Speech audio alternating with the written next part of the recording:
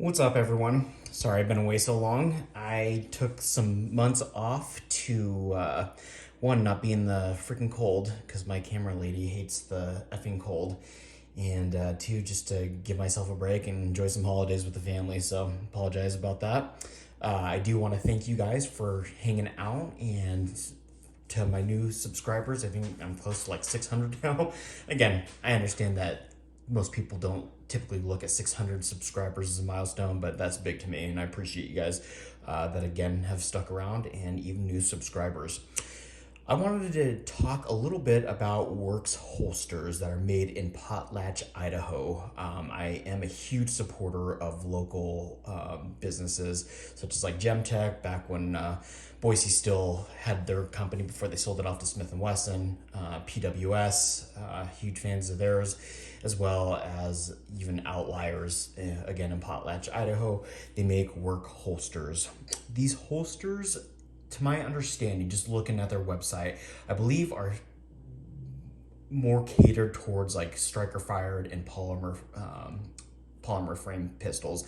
I don't believe that they offer anything for like Berettas or SIGs. I've actually looked on their website because I wanted to buy a holster for my M9A4, and again, everything that I looked at were more catered towards polymer frame firearms.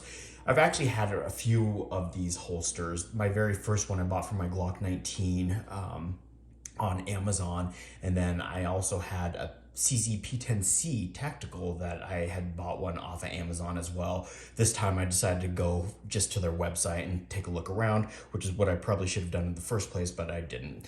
I ended up getting one for my P365X macro, as well as my 43X MOS. These are pretty sweet holsters. I don't know that they are like your tier ones or whatever, but they work for me. And their thing is that they cater their holsters based on what type of firearm, obviously, that you have, as well as what type of light that you have. So when you go through and to their website and order these, you pick out your gun, obviously, and then your light. And I think that they do indicate whether or not you have a red dot, but if not, they always leave a groove there for any micro red dots and things like that. They're pretty aggressive. Like I said, I like them, and they offer different styles, right? The OWB, the IWB, appendix carry, have paddles instead of like the belt hooks and things like that, mag pouches and whatnot. I just decided to go with the plain Jane. I don't appendix carry either of these two firearms. They're just a little bit big for me to do that. And so I went with the outside the waistband model, and again, just the belt clip.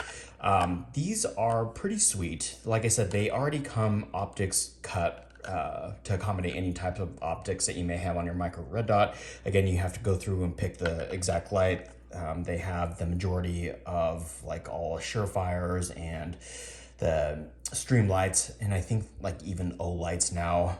You'll just have to go to their website and look, but they do match up perfectly, and they mold these, and it's got a pretty aggressive click, as you can tell. On that was my X macro, and again, I've safety checked both of these firearms. Obviously there's no mag in there, but they do have a pretty aggressive click, and I think that you only get that when you actually have the light. Like, I don't believe that I can take my light off and have it click into place the way that it does. They are accommodating for threaded barrels, as you can see right here. Hopefully you guys can see that good, as well as camera there, as well as suppressor height co-witnessing sights.